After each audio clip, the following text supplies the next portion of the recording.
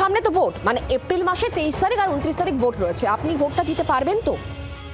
কেন এই সংশয় নিয়ে প্রশ্নটা করছি, কারণ পিছিয়ে যাচ্ছে তো। সাপ্লিমেন্টারি তালিকা প্রকাশের দিনক্ষণ কি ছিল? শুক্রবার, না হতো শনিবার। কিন্তু কি হচ্ছে, আগামী সোমবার হয়তো সাপ্লিমেন্টারি তালিকা প্রকাশ হতে পারে, এই সম্ভাবনার কথা আমরা জানতে পারছি।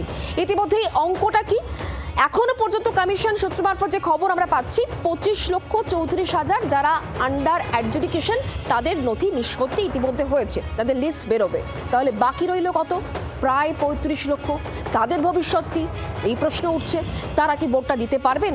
কারণ সময় তো পেরিয়ে যাচ্ছে, হাতে তো বেশি সময় নেই, 1 মাস 2 দিন সময়, তারপরেই তো প্রথমেই ভোটের লাইনে দাঁড়াতে হবে 23শে এপ্রিল। তাই এই অঙ্কটা একটু বোঝার চেষ্টা করবো আমরা কোন জায়গায় দাঁড়িয়ে রয়েছি। 60 লক্ষ বিবেচনাধীন, তাদের ভবিষ্যৎ কি? তারা ভোটটা আদৌ দিতে পারবে কি পারবে না, এই প্রশ্নটা এই মুহূর্তে কিন্তু গুরুত্বপূর্ণ হয়ে দাঁড়াচ্ছে। আর এই অঙ্কটাই আমি এই মুহূর্তে বুঝবো। শুভদীপ এই মুহূর্তে আমার সঙ্গে রয়েছে, আমার প্রতিনিধি একেবারে সরাসরি নিউজ রুম থেকে। শুভদীপ, অঙ্কটা কোন জায়গায় দাঁড়িয়ে রয়েছে একটু বোঝাও তো। শুক্লা, প্রশ্ন বড় সড়ো প্রশ্ন থেকেই যাচ্ছে এই বিবেচনাধীন ভোটারদের নিয়ে। যেমনটা তুমি জানাচ্ছিলে, যে অঙ্কগুলো তুমি বলছিলে যে 60 লক্ষের মতো বিবেচনাধীন ভোটার, এবং এখনো পর্যন্ত আমরা যে খবর পাচ্ছি যে 25 লক্ষের কিছু নামের নিষ্পত্তি হয়েছে, বাকি এখনো নিষ্পত্তি হয়নি। তুমিও যেমনটা বললে যে সোমবার প্রথম সাপ্লিমেন্টারি লিস্ট দিতে পারে কমিশন, কিন্তু এই সোমবারও যে দেওয়া হবে সে বিষয়ে কিন্তু নিশ্চয়তা নেই। আমি একটু দেখাবো। মোট বিবেচনাধীন 60 লক্ষ, একেবারে স্পষ্ট 60 লক্ষের সামান্য কিছু বেশি মোট বিবেচনাধীন।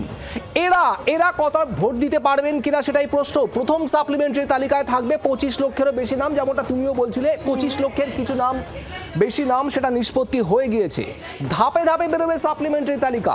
প্রথম তালিকায় যদি 25 লক্ষের কিছু বেশি নাম থাকে, সেক্ষেত্রে দ্বিতীয় সাপ্লিমেন্টারি তালিকায় কত নাম থাকবে, তারপরে কি তৃতীয় সাপ্লিমেন্টারি লিস্ট বেরোবে। তার কারণ 35 লক্ষের ভবিষ্যৎ এখনো পর্যন্ত জানা যাচ্ছে না। 25 লক্ষের মতো নিষ্পত্তি হয়ে গিয়েছে, 60 লক্ষের মধ্যে বাকি এই 35 লক্ষের এখনো পর্যন্ত আমরা জানি না ঠিক কি হতে চলেছে। শেষ সাপ্লিমেন্টারি তালিকা প্রকাশের পর বাদ যাওয়া ব্যক্তিরা নাম তোলার পর্যাপ্ত সময় পাবে কিনা, এটা একটা বড় প্রশ্ন। এবং শেষ সাপ্লিমেন্টারি তালিকা কবে প্রকাশ করবে নির্বাচন কমিশন, তার কারণ তুমি জানো 9 এপ্রিল হচ্ছে মনোনয়ন জমা দেওয়ার শেষ দিন। দ্বিতীয় দফার ভোটের মনোনয়ন জমা দেওয়ার শেষ দিন 9 এপ্রিল। তার আগে প্রথম দফার ভোটের মনোনয়ন জমা দেওয়ার শেষ দিন 6 এপ্রিল।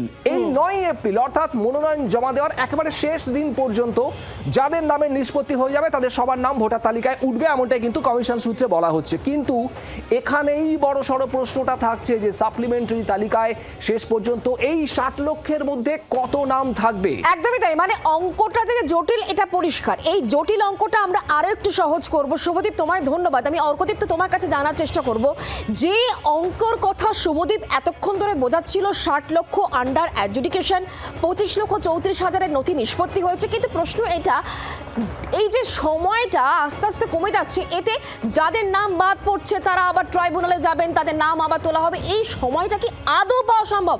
টেকনিক্যালি বুঝবো তোমার কাছ থেকে।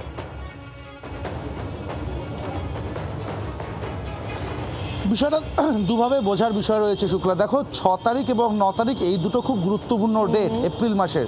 6 তারিখ হচ্ছে প্রথম দফার নমিনেশন জমা দেওয়ার শেষ দিন, এবং 9 তারিখ দ্বিতীয় দফার নমিনেশন দেওয়ার শেষ দিন।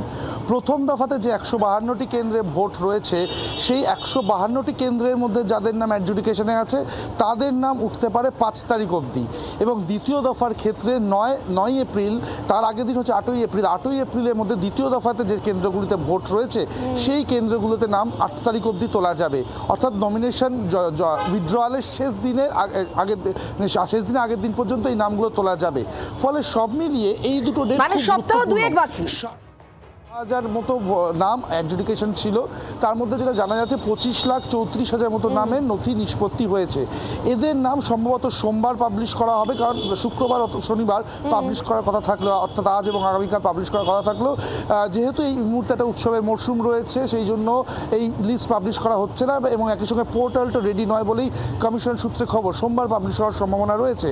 যারা এখন যাদের নাম পাবলিশ হয়ে যাচ্ছে, সেখানে যাদের নাম ডিলিট হচ্ছে, তারা ট্রাইব্যুনালে অ্যাপ্লাই করতেই পারবেন পারবেন, অ্যাপিল করতেই পারবেন। জেলায় জেলায় ট্রাইব্যুনাল গঠন হচ্ছে কোর্টের নির্দেশ মতো, কিন্তু একদম শেষ দিকে গিয়ে যে সাপ্লিমেন্টারি লিস্ট পাবলিশ হবে একদম। সেইখানে যাদের নাম বাদ যাবে তারা কি আদেও ট্রাইব্যুনালে অ্যাপিল করার সময় পাবেন? এটাই কিন্তু এটাই এই সব থেকে মুহূর্তে বড় প্রশ্ন। অর্কদীপ, তুমি আমাদের সঙ্গে থাকো। সুকান্ত ঘোষ এই মুহূর্তে আমাদের সঙ্গে রয়েছেন, আমাদের গেস্ট। আমি তার কাছে যাবো। সুকান্ত বাবু, আপনার কি মনে হচ্ছে এই যে একটা জটিল একটা পরিস্থিতি তৈরি হয়ে দাঁড়িয়ে রয়েছে, তাতে যিনি আন্ডার অ্যাডজুডিকেশন তিনি তো ভাবছেন এই মুহূর্তে যে আমি সত্যি ভোটের লাইনে দাঁড়াতে পারবো তো, আমার নাম ডিলিট হয়ে গেলে আমি নতুন করে অ্যাপিল করবো, ট্রাইব্যুনালে যাব, সত্যি সেই টেকনিক্যালি সময়টা আছে কি?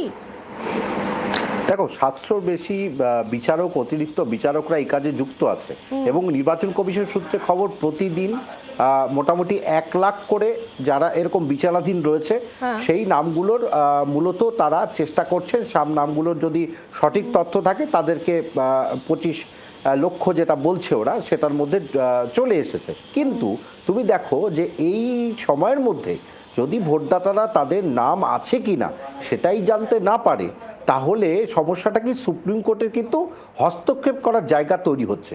কারণ প্রধান বিচারপতি হাইকোর্টের তার তত্ত্বাবধানে বিভিন্ন বিচারপতি বা বিচার বিভাগীয় কর্মকর্তাদের দিয়ে এই প্রক্রিয়া চলছে।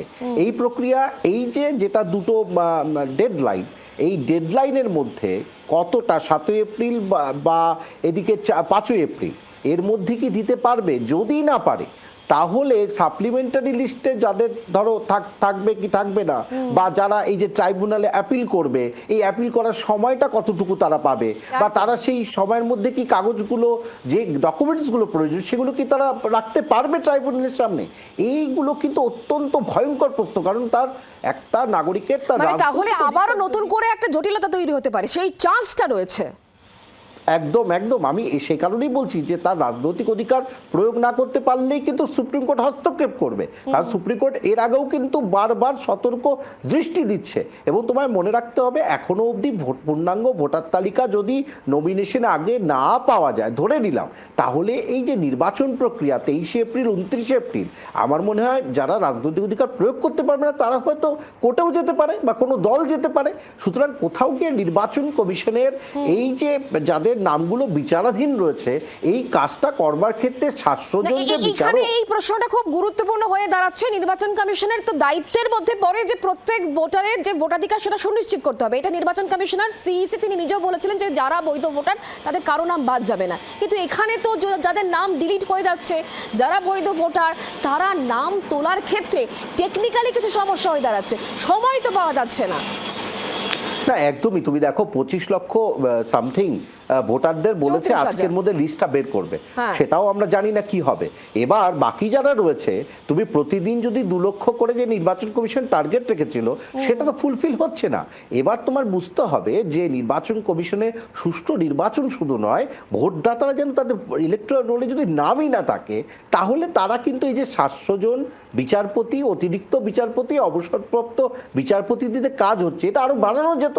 কিন্তু তুমি এটা বুঝতে হবে যে বিচার বিভাগের কাজে কিন্তু বাধা সৃষ্টি হচ্ছে, কারণ ওনারা এই কাজে ব্যস্ত রয়েছেন।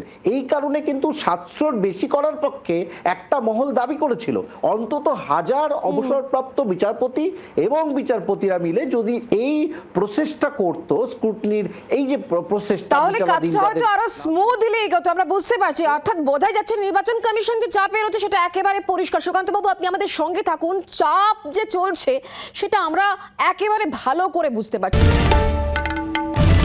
বাংলার আওয়াজ, বাঙালির আবেগ, জি 24 ঘন্টা।